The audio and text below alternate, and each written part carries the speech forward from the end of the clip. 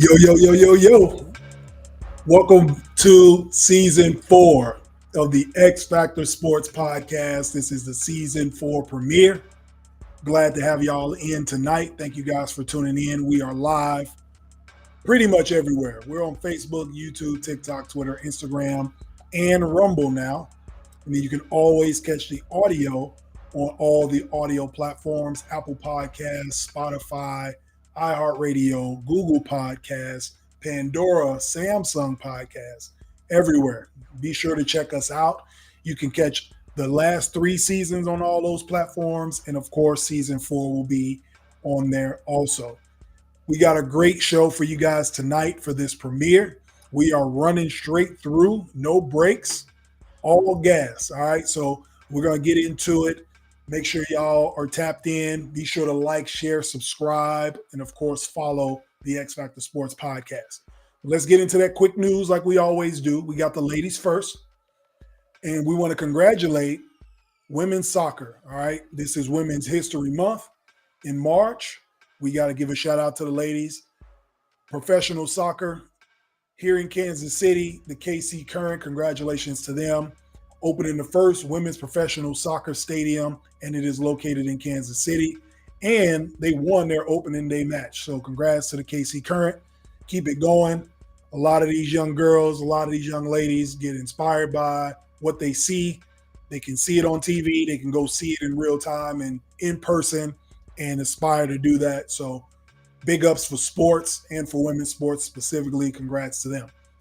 Still with the ladies, we're going to switch it over to March Madness, though. All right. Surprisingly, not very many upsets in March Madness over the weekend, which in women's basketball, there usually isn't very many upsets.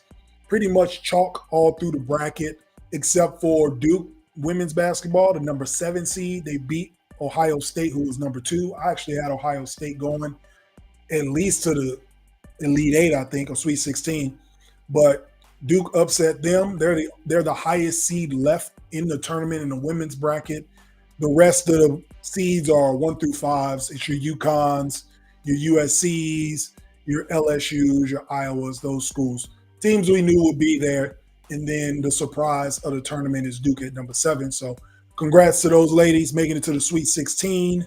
Next week, we will get into who made it to the Final Four. On the men's side, I had 12 out of 16 right in one of my brackets, and I had 11 out of 16 right in another. So I'm doing good. I mean, I was watching them games. It's so many games the first weekend that you lose track and you think, damn, all these upsets, man, I wanted my bracket look like. I was telling Miss D, like, I looked up Monday morning, was like, I got 12 out of 16 right. So on average, I only got 1 wrong in each region. I'm good with that. So we'll see what that looks like going into a Final Four. Am I out 1 right or none? I don't know. The first weekend is always a first weekend thing. But anyway, there were some upsets in men's basketball that we're going to definitely get into, like James Madison beating Wisconsin. I told y'all James Madison was going to win that game. I have an affinity for teams that win 30 games. It's hard to win 30 games in college basketball. You only play like 35 if you're good, and they won 30 of theirs. And teams that have upperclassmen, they had a bunch of seniors, they had grad students, they had juniors. Now with this COVID red shirt and blue shirt, and I got injured, so I get to play another year. Like, it's 26, 27-year-olds playing college basketball, all that stuff. But James Madison, I like the way they play ball. They play at a fast pace. Wisconsin wasn't expecting it, wasn't ready for it, and they got them. So the 12-5 upset did happen in that game. And for Wisconsin, they were up and down all season anyway. So it was, I won't say it was an easy prediction, but I didn't feel like, oh man, I'm nervous picking James Madison to beat him. Like, they matched up well with him. So that's why I chose them. And Wisconsin didn't look good in that Big Ten championship game against Illinois a couple weeks ago. And they go as AJ Storr goes. So if their best player ain't playing well, they don't look that good. And he didn't play well in that last game. He was in foul trouble, didn't get a lot of minutes. He was in and out, subbed weird. So James Madison got him, so I wasn't surprised by that. And then number 11, NC State, and Clemson, two ACC teams. Surprise, look around. The ACC got 4 teams in the Sweet 16. You know, what's understood don't need to be explained. We know who the best conference is when it comes to this basketball thing. It's another conference out there, you know, the Big 12, think that they better, but obviously the truth comes out. We see what happened to them when they get in games. So NC State, Clemson, both make it to the Sweet 16 as a 6 seed and an 11 seed. NC State might honestly be one of the hottest teams in America. They're on a 7-game winning streak. They ran through the ACC tournament, beat Duke and Carolina to win the ACC tournament and even get in the tournament. They might be doing their best Kemba Walker impression from 2011 when he ran through the tournament. We'll see. But I like the way they playing. They got a big man over there who's tough. Big man can play everything below the rim, but you can't stop him. He reminds me of Zach Randolph. They look good. But the ACC is well represented in this tournament, as always. So shout out to them. And now we'll shift to NFL. Justin Fields is a Pittsburgh Steeler. Now, I like Justin Fields. Y'all have heard me on this podcast tell y'all a bunch how much I like him, how he's not getting a fair shake. I think he can be a better quarterback if we had stuff around him. But in hindsight, I'm happy for him because the Bears did right by him, Ryan Poles specifically. He wanted to go to the Steelers, and Ryan Poles made it happen. I know Bears fans are going to be like, oh, we didn't get much for the 6th-round pick that'll possibly be a 4th round depending on playing time. Ryan Poles did the right thing by Justin Fields. And I'll talk more about this when we do our live show. We're actually going to be live in Leawood at Bogey's Pub the day before the draft. So make sure y'all come to watch that live show where I'm going to dive deeper into the Bears draft. But for this quick news, what Ryan Poles did for Justin Fields does not go unnoticed by players. You have to understand that aspect of the business. Chicago's in a big market. They have a GM that is up and coming. They got a president that came down from the Big Ten. They're trying to build a new stadium so we can get a Super Bowl in Chicago. And they're doing right by players that are wanting, they know the writing's on the wall, and they still choose to put that player in a position to be successful. He's in the AFC. He's no longer in our conference, so we won't run into him. And that was his wish. He said, I wanted to go somewhere where I feel like I can grow, and I feel like I can grow with Mike Tomlin. And this was even when they got Russell Wilson, he still wanted to go there. He thinks he can get a shot to play. And honestly, I'm rooting for him to play. So shout out to Justin Fields, Ryan Poles, and the Bears for making that move. Seeing an organization in a time where the player movement is popular, where players are in control of their own destiny. It's nice to see a franchise look at a player and give them their wish of wanting to go to a franchise they want. That just looks good for the Bears and Ryan Poles when they are looking for free agents. So shout out to that. All right. And also, check this out. I don't know if y'all saw this yesterday, but the NFL has 2 Christmas Day games this season. And for those of y'all who ain't looking at the calendar right now, I already did it for y'all. Christmas is on a Wednesday this year. All right. NFL games will be on Wednesday because it's Christmas Day. Everybody knows that Christmas Day is NBA's day. NBA has 5 primetime games all day from noon to 11 p.m. across the country. And the NFL just said, we don't give a damn. We finna put 2 games in the middle of y'all NBA season on Christmas Day, and people gonna watch it. Like, the NFL is so gangster about how they doing this. Like, they not even hiding the fact that they competing with the NBA for TV.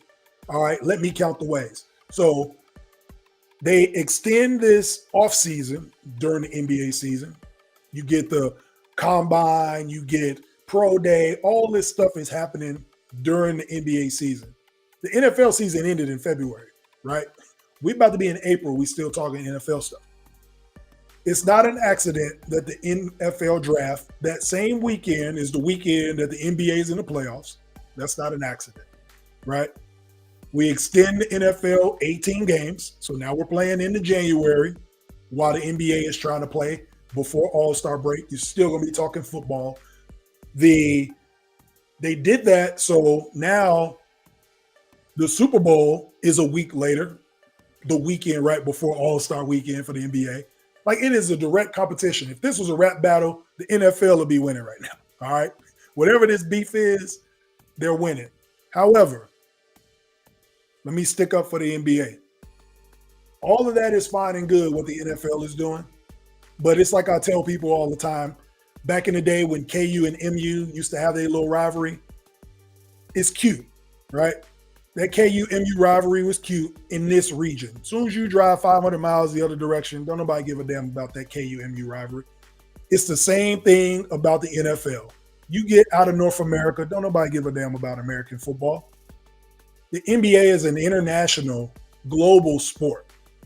All right? There are continents that love the NBA. Just go look in China. Go look in Asia. Go look in Europe, NBA Africa. So it's cute what the NFL is doing, you know, kind of butting their way in when it comes to TV in the U.S. But anywhere outside of this continent, football is soccer everywhere else. And the NBA is right next to it. So it's a global game for the NBA. And that's how they're making their money, while everybody thinks that the NBA is the secondary sport. It's just here in your country. That's it. It's a global game. Shout out to David Stern, rest in peace, making the game global. And the Dream Team back in the day, solidifying it. So it's great what the NFL is doing. They're an open competition, beef, whatever you want to call it, with the NBA to secure more fans, get more eyes on them, which is great. It's a great product. I tell people all the time that I would rather watch, if I put it in order, a live basketball game over anything else. And then NFL football on television. It's the greatest TV show in the world, to me. And then I would watch probably college basketball on TV, and then college football. And then I would watch NFL football live. A live football game is in the back of the row for me. I'm more of a live basketball guy. You see those guys play in real time, full speed. Is nothing like that experience. However, congrats to the NFL for getting the 2 games on Christmas Day. So I'm sure Ms. D is excited for that. She gets some Christmas Day games on TV.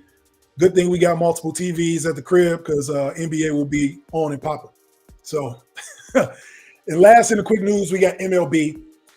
Shohei Ohtani.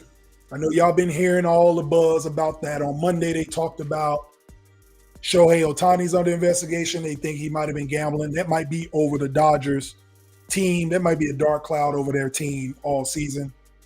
But I don't think that has anything to do with what really happened to Shohei Ohtani. His interpreter stole almost $4 million from him. So the Dodgers fired him. Like, the dude that is getting you acclimated to baseball in America, somebody you're really close to. I would imagine that Shohei Ohtani's relationship with him, he was probably the closest to him coming to play in a foreign country. And to find out that this dude been stealing money from you is crazy. So the Dodgers doing right by Ohtani, getting that guy out of there. I guess the interpreter thought he needed a raise in pay because, you know, we call Shohei Ohtani. He missed the $700 million now. They need to change his name. So maybe the interpreter thought he needed some more money. He's like, you ain't going to give me my raise. I'm going to go ahead and slide and grab it anyway. You don't understand his language. Let me get that. But nevertheless, I'm sure they're going to investigate that and do what they need to do with the interpreter. So he'll be out of there. So talking about stealing money, let's just go ahead and segue into this right now. Number 3, Kentucky getting beat by number 14, Oakland, in the first round of the NCAA tournament. We're going to spin the block on that. If we talk about stealing money, John Calipari, is it time to start having a serious conversation about John Calipari getting fired? I know it sounds crazy, right? He's got a lifetime contract. It's John Calipari. He won a national championship. Yeah, he won it in 2011. Like, Anthony Davis won that national championship. And Anthony Davis is about to retire here pretty soon from the NBA. And John Calipari ain't won nothing since. So the reason I asked the question, I ain't saying they should fire him, but I'm saying, is it time to have the conversation? All right. In the last 5 years, they've won one tournament game. Kentucky's supposed to be this blue blood college team like the North Carolinas, the Dukes, the Kansas, the UCLAs. They're supposed to be one of those, right? All this pedigree, all this prestige. They are top 5 in wins all time as a program, but they won one tournament game in 5 years.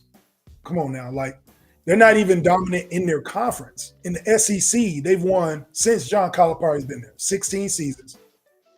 He's won 4, maybe 5 SEC regular season titles. Like, he's not even dominant there, let alone in tournaments. He'd have had a couple NIT appearances. Like, it's time to have a conversation. And I get it. Let's get into the money side of it. So he has a lifetime contract. And so with that, if they were to fire him today, let's say they were to fire him today, I think it comes out to around like $34 million to buy him out and find somebody else. He's the second highest paid coach in college after Bill Self. Bill Self's around 9.5. Calipari's at 8 and some change million. So he's a second highest paid coach in college basketball. And he has a lifetime contract. And if they fire him, it's around $34 million to buy him out. I'm looking at it like this. Yes, he gets players to the NBA. He's good for that. If you want a coach that can get 5-star recruits on campus for 6 months, and then they go to the NBA, great. But you got to think of the boosters, the alumni, the guys that are giving NIL money to this program, and they getting a first-round exit by Oakland. They're not happy. Y'all can act like these dudes is happy. Yes, these kids are going pro. But I know that those conversations between alumni are like, man, look, Kentucky look like a laughingstock. When Oakland and James Madison are winning more tournament games than us, like we got a problem. We need to figure this out. You know, Gonzaga on a down year is in the Sweet 16, right? So what are we doing? You know, what is this program doing? Michigan State on a down year. Michigan State was not good this year. Lost 14 games, but Tom Izzo is that dude. And so you know you're going to get at least one game out of his team. It don't matter what their record is. They always play the toughest schedule, and they always ready for March, and they're going to at least get to the next round. Calipari just like, my guy's here for 6 months. I'm going to let them play, and then they go to the league, and we going to burn and turn this thing. So you got to ask yourself, is he the man for the job at the college level? It's one of the things I don't like about Bill Self, to be honest. Like, he's just a college coach. Like, he wants his guys to stay. They're in the system. They run that damn weave all the time, but they win games, and they go far in the tournament, and they got consecutive tournament appearances and all that. The irony is John Calipari is trying to get his guys to go pro, and it's making him look like a bad college coach. So what do we do if we're a college, if we're a university? I think we got to seriously look into how long we want this guy around. Go get Rick Pitino back, man. Get Rick Pitino out of St. John's. I know he's a New York guy, but bring him home. Hey, he bring the strippers with him too. I know y'all kicked him out of Kentucky because of what he did in Louisville. Come on back down with the strippers in the white suit. Get Rick Pitino back home in Lexington where he belongs. Get these boys back to where Kentucky is supposed to be, because Rick Pitino ain't going nowhere. He's at the age now, like, if he's coaching, it's because he wants to coach. So figure out a way to get my man Rick Pitino back and figure out what to do with John Calipari's buyout. Get one of the boosters to buy him out or something like that, because it ain't looking good for Kentucky these last 5 years. So if I'm a player, do I want to go there? Like, yeah, it's Kentucky, but I'm not winning basketball games. I'm not winning meaningful games. I'm the kid that went to Kentucky and lost in the first round to the 14th seed, right? So y'all let me know what y'all think. Is it a time to have a serious conversation about John Calipari's position at Kentucky? Y'all let me know. Like, share, subscribe, and follow, and we can get into the debate and conversation of that. All right. So since we on basketball, we're gonna switch gears. We're gonna get to the pro level. The level that matters, where the best players in the world play. Now, in the season finale, we talked about, we did a power ranking for y'all. So this was a month ago. So we're going to do a power ranking now, and then we got one more power ranking before the playoffs next month. But just in case y'all ain't been paying attention, I have been for you. That's why you come to the X Factor Sports podcast. I'll let you know who's doing what. All right. So let's get into the power ranking for the NBA. This may be our third installment of that. And we're going to go from 10 to 1. All right. At number 10, the New York Knicks. They are figuring out a way to win games. I mean, shout out to Tibbs. Tibbs is always, he runs his players into the ground. I mean, I feel bad for Josh Hart. This dude's playing 40 minutes a night no matter what. Remind me of high school. But they win games. They're tough-minded. They got a tough coach. Even without Julius Randle, OG Anunoby, they're still finding ways to win. They are not in the play-in. I think they are 4 seed right now. So shout out to them. They're keeping it going with players injured, unlike Philly. Philly is just crashing and burning without Embiid. Maybe he is the MVP. Hell, they can't win a game without Embiid. So because of that, we got the Knicks at 10. All right. They still top 10 in defensive rating as well. So again, Tibbs doing his thing. And at number 9, they took a slide. The Clippers took a slide. Russell Westbrook is very important to this team. For those who didn't think he was, for those who don't really understand how basketball works, Russell Westbrook is very important to this team. Energy, leadership, his play on the floor, he just leads by example. He's a consummate professional. Every team he's been on, nobody has said less than he's a pro. So because of that, with him being out because of the hand injury, they slid. Like they losing a lot of games. They're 8-9 since the All-Star break. After coming into 2024, I think they lost like 1, maybe 2 games up until the All-Star break. They took a mad slide. They still up in the West, but not looking great. Still 4th overall in offensive rating, top 10 in net rating, but they just don't look good without Russ. He is back. He's got the brace or the wrap on his hand. So I think that'll kind of light a fire under him. But coming into the playoffs, you don't want to go limping in, and Clippers look like they're doing that. So they're at number 9. At number 8, Phoenix Suns at 8. Now the Suns are up and down, and it could be because of injuries, Bradley Beal, KD, Book being in the lineup together.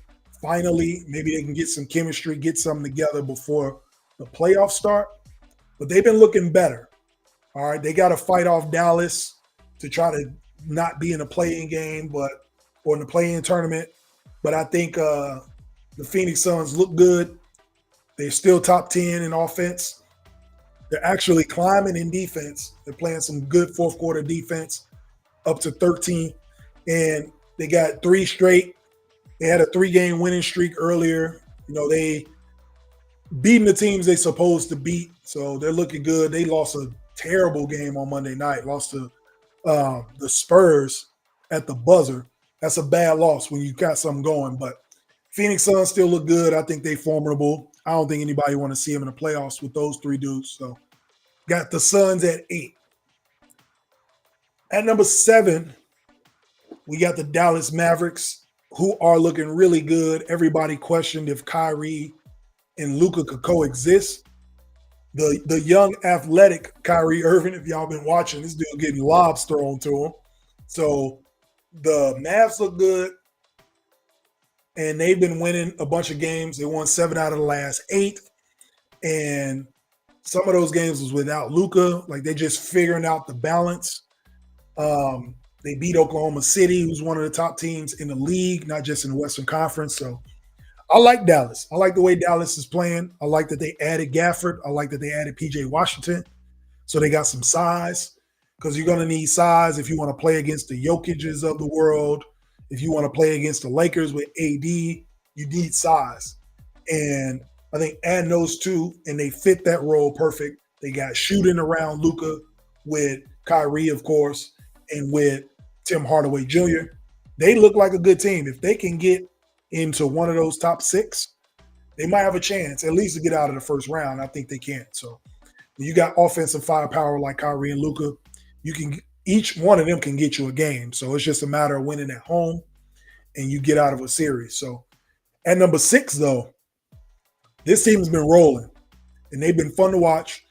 And I have a special affinity to this team because Zion plays for him, obviously Duke guy, and everybody was talking about John Morant over Zion, yada, yada, yada. And I said, once this kid gets healthy, y'all going to see how good he really is. For me, I don't really evaluate rookies at all. They're babies. Like, they don't know nothing about the NBA. They ain't played this many games yet. They don't understand travel, physicality, speed, all that. They haven't had a real training camp. So I usually give about 3 years before I start evaluating a player in the NBA and seeing how good they really are. I need a couple years under their belt. Zion is in what, year 4? He was hurt one of them years, maybe 1.5. And now he is consistently healthy and playing. I'll let y'all decide. Go look at the numbers, see what Zion is doing per 48. And he's a monster. So congrats to them. They are 9-2 in the last 11 games. In March, they look like one of the best teams in the Western Conference. They look like the team that was the number 1 seed last season in the West before All-Star break. If y'all remember that, around December, January. They were the 1 seed before Zion got hurt. They look like they're rounding in the form again. You know, they lose Brandon Ingram for a little bit for his knee, but I think he'll be back in time for playoffs. And they're making a push. So between the Pelicans and Dallas, unless they knock each other off, I don't know if a team would really want to run into either one of them in the first round. That's a scary matchup for sure. Because now you got Zion Williamson for a 7-game series, and he's got rest in between these days. So I don't know if people want to see that. At number 5, these guys took a slide, and it's because Karl Anthony Towns is out. I mean, we knew that without Cat, they would struggle defensively for sure. They were the number 1 defensive team. I think they still are. Net rating is still the number 1 defensive team. They went down offensively, though. But you miss, I mean, whether you like Cat or not, 22 and 9 is still 22 and 9, right? And they're missing that. So as much as I like Naz Reid, he ain't Karl Anthony Towns. And Anthony Edwards is having to perform miracles every night. So they've been losing a little bit. They're not even in first place anymore. When Karl Anthony Towns left, they were the number 1 seed in the West. I think they fell back to 3 now behind Denver and OKC. So, and Cat's out for the rest of the year. So hopefully they don't slide too far down and still get at least home court in the first round. But they're going to have to continue to ride the coattails of Anthony Edwards. He's got to keep his Superman outfit on. He's got to play hurt. I know he dislocated his finger when he dunked on John Collins, and he played the next night. Like, he's got to continue to perform just so they can stay one of the top 4 teams in the West. At number 4, the Oklahoma City Thunder. Yes, I've been talking glowingly about the Thunder, but they've gotten jumped by a team in the Western Conference, and they're still playing well. Shai Gilgeous-Alexander is still an MVP candidate. Confidence through the roof. I looked at a stat the other day. Their team's average age is younger than North Carolina's team. And these are NBA players. They're one of the best teams in the NBA. And I think the team average is like 22 years old. And Carolina is a little bit over 22 years old, like, because they got 5th and 6th year guys. Shai Gilgeous got these dudes playing out of their mind, and all of them should probably still be in college. So shout out to them. I love watching OKC play. I used to go to OKC games when they had KD Westbrook. So I wish I can go back down there and watch them play. They're top 10 in offense and defense and net rating and pace. So they're one of the best teams in basketball across the board, no matter how you slice it. Chet Holmgren is playing great. He doesn't look like a rookie. Shea looks like an MVP. So congrats to them. If their coach don't get coach of the year of the year, the GM should get GM of the year for sure. All right. At number 3, the Bucks are back. I guess they found something to do for Dame Lillard. He ain't bored no more because the playoffs are about to come around the corner. So the Bucks look like they are getting into playoff form with Doc Rivers. We was worried about him at first. Like, man, Doc need to right this ship. I don't know what he's doing. They don't look great. But their offense is still top 3. Defense is not where a Doc Rivers team usually is, but they've picked up the pace. So the top 7 in pace and won 4 out of the last 5 games. They got a nice, good stretch. Everybody's getting healthy. Bobby Portis is coming off the bench looking like a 6th man of the year on the second half of the season. So they look good. And I think they can compete with Boston in a 7-game series. I don't know if they would win, but in this power ranking, they are one of the best teams in the NBA for sure. At number 2, the Denver Nuggets. They're already at 50 wins. Here they come. We talked about it in the last power ranking. When you win an NBA championship, you understand it's a marathon, not a sprint. You have time to round into form. You beat the teams you're supposed to beat. You show up for those big-time games, but you're working on what you need to work on to get ready for the playoffs. Jokic, if you go by Jokic's numbers, he can be an MVP every year. It's going to be Jokic fatigue. It's very similar to LeBron fatigue and Jordan fatigue. Like every year, you can give Jokic the MVP. If not, you can definitely give him votes. And he's just doing the same thing he's been doing. They're 14-2 since the All-Star break and back in first place in the West. Just leapfrogged everybody. I think before All-Star break, they were like 4th or 5th maybe. Even the Clippers were in front of them. And they just leaped everybody right on time for April. So I got them at number 2. And then at number 1, they've been the best team in basketball all year. Nobody has ran them off. Nobody's bumped in their spot. They've already clinched the playoff spot. They're probably 2-3 games away from clinching the 1 seed already in the East. They got 57 wins before April, which is incredible. And the best team at home, best team on the road. Like they're just number 1 all across the board in every category. Minnesota's still the best defensive team, but Boston's number 2. So I don't see anybody in their way. And I think the way they play basketball, it will trickle into the playoffs. It's different from certain teams. Like you look at the Orlando Magic. Orlando looks great, by the way. They are a young team, Paolo Banchero. They will make the playoffs. I think that coach is actually going to get coach of the year. But they're a good, young, regular season team. I don't know how much of that will translate into the playoffs because the playoffs becomes a half-court game. And we're scouting you. So now Paolo Banchero, we're looking at tendencies. We're looking at how you play game to game. And you got to see us for a minimum of 4 games in a playoff series. And it's something that they're not ready for. I think they got the type of game, Orlando, where they come into your city one night. They can come in and win on any given night. They're young, energetic. You don't know what you're going to get from them because you probably just played the game yourself the night before. You haven't had time to scout these guys, walk through, to feel what the Orlando Magic are like. In a playoff series, it's totally different. I say that because I think the Boston Celtics, the way they play the game and the way the game is played now, they can translate that into the playoffs. With the defense they play, if Porzingis is healthy, he will be a problem.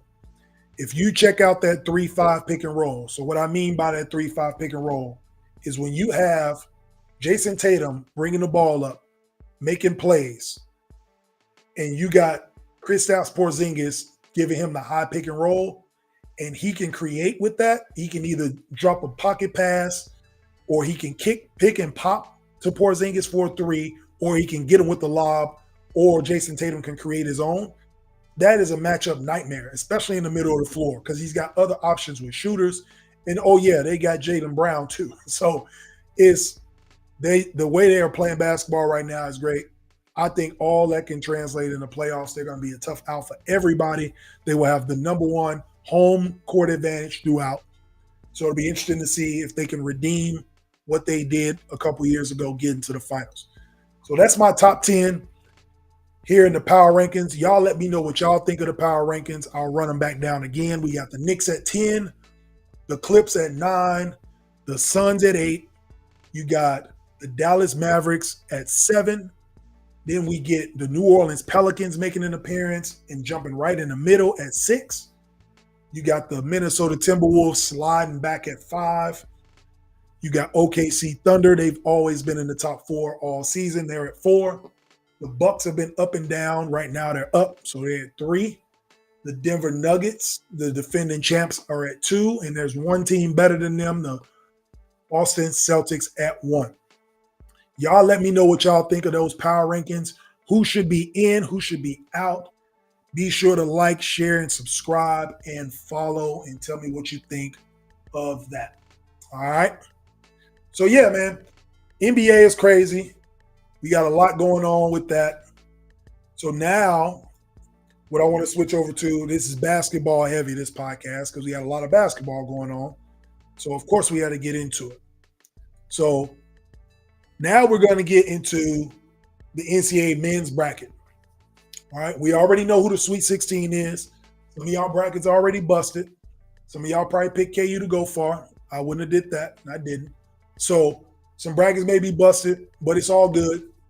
I'm going to walk y'all through this Sweet 16 and just tell you who I got going to the Final Four. So it's just the games for this weekend.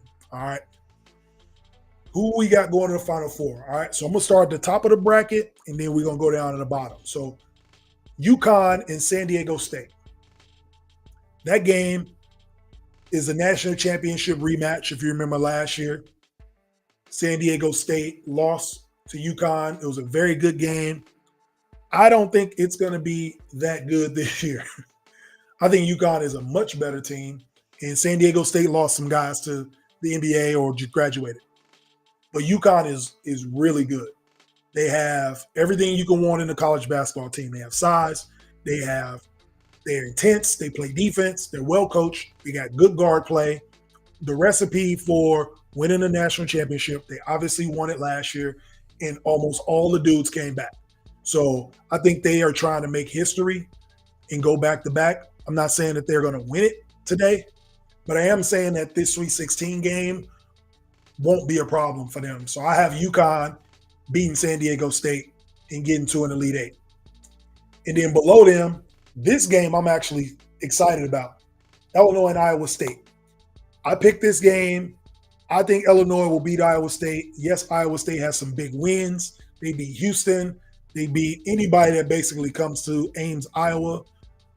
I just feel like they have not played against any pros yet. What I mean by that is when you watch a college basketball game and you look at the players, you can tell pretty quick, like, all right, that dude moves different, looks different. Whether you're watching men or women's basketball, they look different.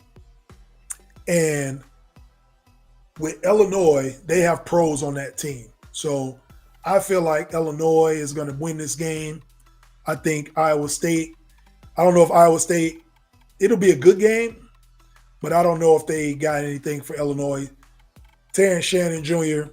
is playing out of his mind. I mean, Big Ten MVP of the tournament.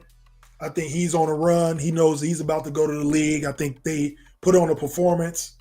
They put on a monster game against Duquesne last weekend, a monster game against Morehead State. Yes, I know everybody say that's a 14 seed and 11 seed. I get it. But they've been running through everybody for the last 3 weeks. They won the Big Ten, so they obviously got a nice little win streak going. So did Iowa State, but I like the way Illinois is playing basketball right now. So I picked Illinois over Iowa State to go up against UConn. On the other side of that bracket, we got Duke and Houston. All right, so shout out to my boy Scotto. I know he rooting for the Houston Cougars only when they good, but I know he rooting for them, so it's all good. In this game, honestly, as a Duke fan, I actually have Houston winning this game, but I'll tell you why. I won't even say that. I'll put it like this. Duke will win this game if Kyle Filipowski plays like a grown man. What I mean by that is he gets intimidated when he play against them brothers. Y'all know what I'm talking about. Last year, they got beat up by Tennessee in the tournament, and Kyle Filipowski was playing against them brothers, and he looked like he didn't want to be there. They was pushing him around, talking trash. He wasn't ready for that.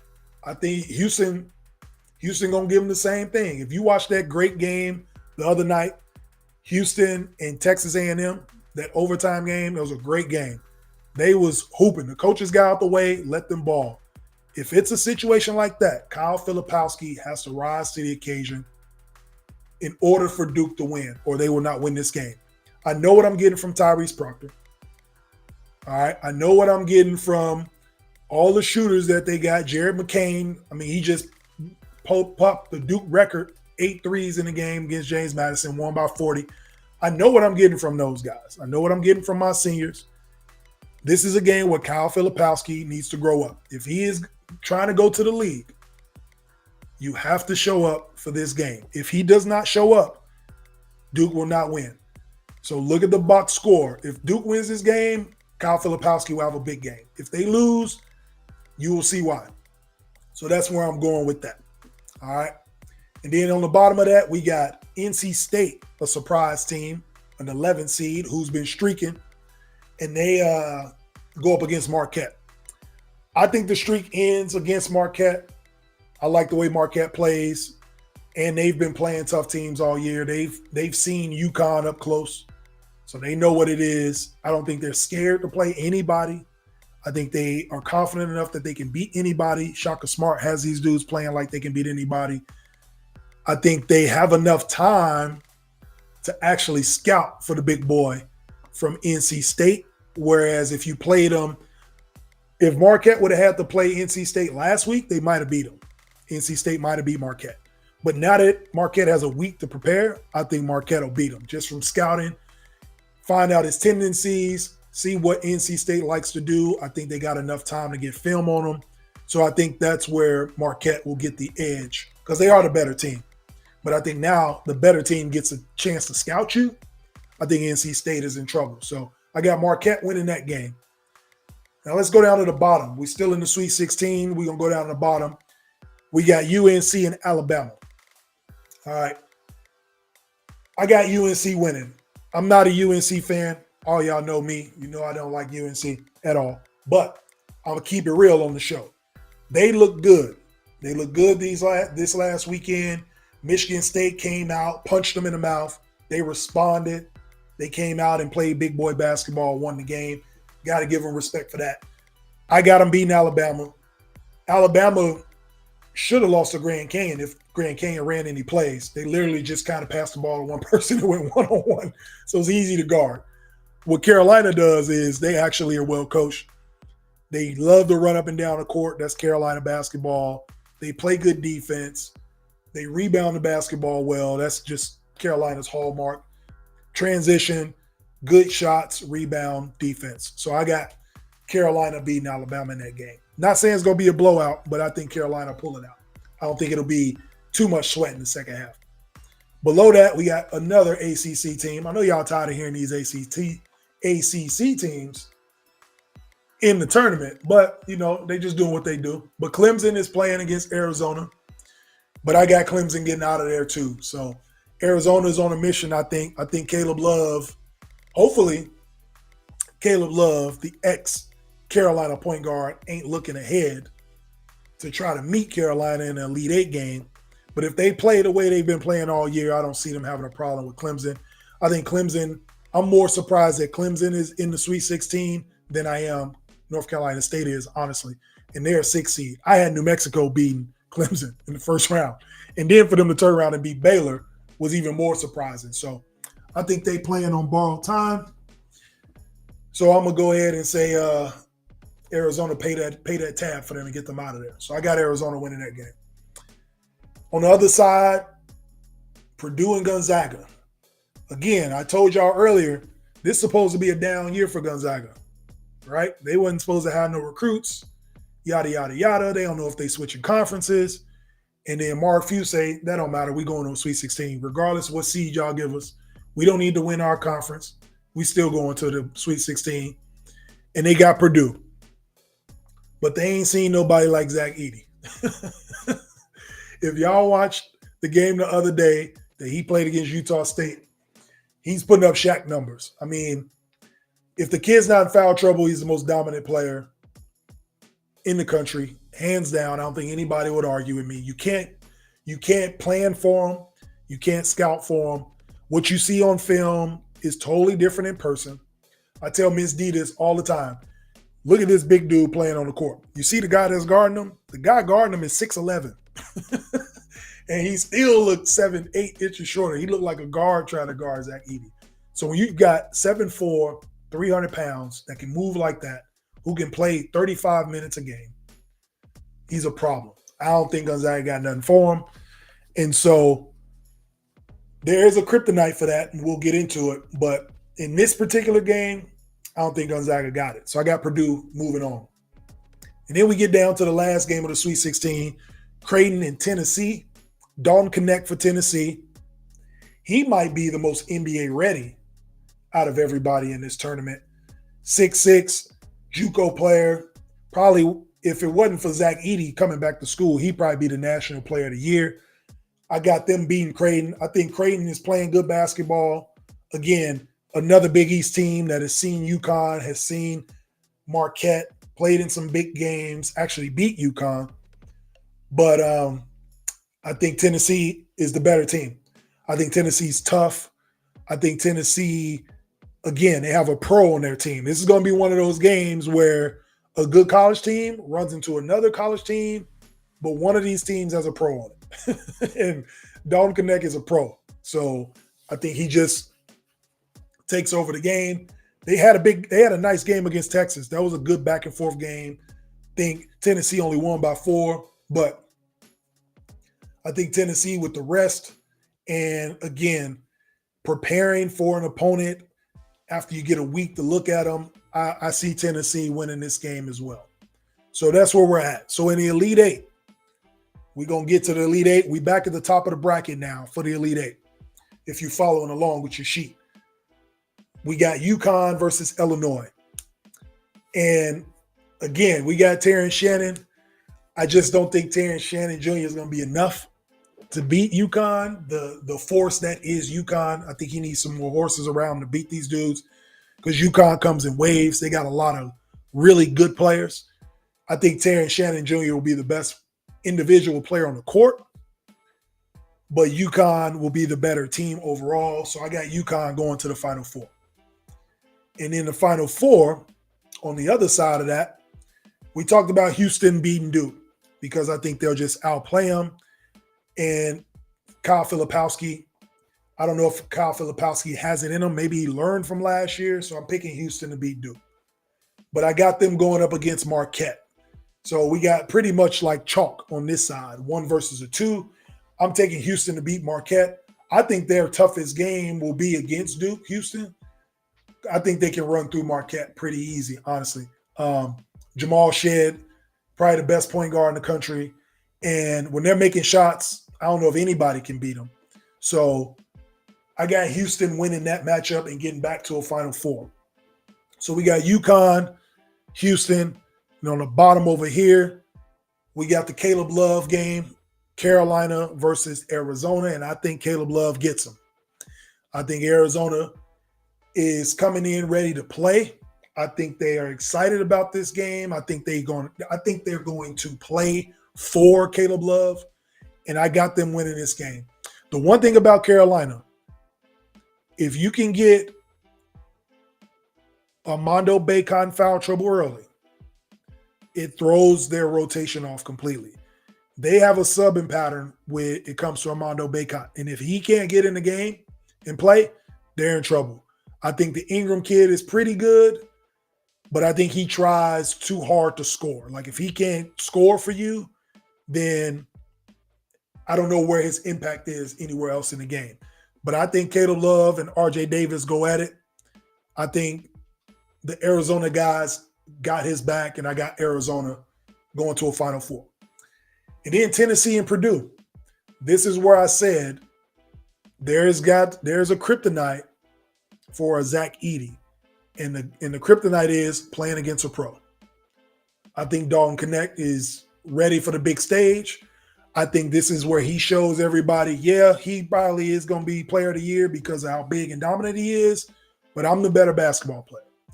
And I think Dalton Knecht takes Tennessee to a Final Four over Purdue. Purdue had a nice run. There is talks that Purdue might do what Virginia did that one year when they were a 1 seed and they lost to the 16, and they came all the way back and won a national championship.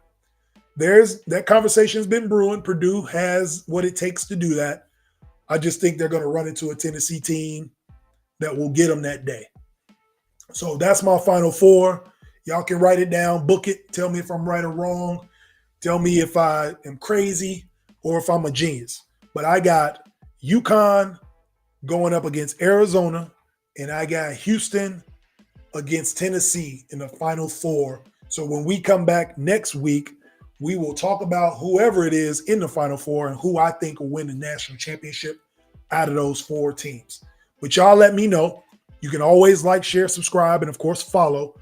We are on YouTube is where you want to subscribe. We are over 4,000 subscribers at season 4. We want to get that thing up to 5,000. So y'all help me out.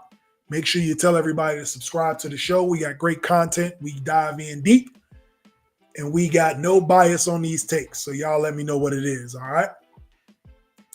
So yeah, that's what it is. Before we head out, though, we always got to give y'all the last 2 minutes. And so I want to talk about this. It's something I've been thinking about in between the season. The law of attraction. Do you guys believe in the law of attraction? Obviously, you can answer yes or no, but I believe in the law of attraction.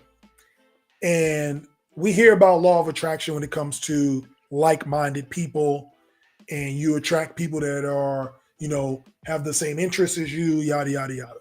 I'm not really talking about it in that sense. I'm talking about it in terms of success and failure, the law of attraction, okay? So I believe if you want to be successful, you will get around successful people. You'll read successful books, watch videos, listen to podcasts, audiobooks, all these things to attract success to you. So you're not looking for those people. You understand what you need to do to be successful, and then that attracts success to you. Success not for everybody because it takes hard work. It takes sacrifice. It takes telling people, no, I can't do that. I'm over here focused on this. You lose friends. You can, a lot of things can happen. When you start on this path for success, you probably are around a certain group of people. And once you put your head down and make the decision that I'm going this way to be successful, you look up, you might be around a whole different group of people because they're attracted to the success as well. And success is attracted to hardworking people that do it the right way. So you got to ask yourself that. The law of attraction, your energy towards something will push people away and it'll draw people near. So success will become attracted to you. It's not a coincidence that people deem successful or, successful at a lot of things. I'll use LeBron as an example. He's a successful businessman. He's a successful, director of these podcasts and these shows that he has on TV. He's a successful father. He's a successful husband. So it seems like it's not an accident that he's successful at multiple things because he put in the work and the sacrifice. So success is attracted to him in all facets of his life. It's an energy, you know what I mean? And failure is the same way. Failure is attracted to people too. And it's the people that don't want to work hard, that's lazy, that make excuses, that put things off, procrastinate. Failure will find you real quick. So just understand that, the law of attraction. If you are attracted to success, How can you make success attracted to you? All right. This is Jay Mondane of the X Factor Sports Podcast, Season 4 premiere. I'm glad y'all tuned in tonight. We got a great show for y'all next week as well. So I want to thank y'all for tuning in. We'll be back next week. We'll tell y'all who we think is going to win the national championship. Wednesday, April 24th. Save the date. April 24th, we will be doing our show live in person in front of an audience at Bogey's Windy City Pub in Leawood, Kansas. You don't want to miss it. 7 o'clock as always. Wednesday, April 24th. Be sure to come out. We will have shirts. We got the new logos on the shirts. We will have those for sale. So make sure y'all come out, support, like, share, and subscribe, and we'll see y'all then. Until next week, this is Jay Mondane of the X Factor Sports Podcast. Peace.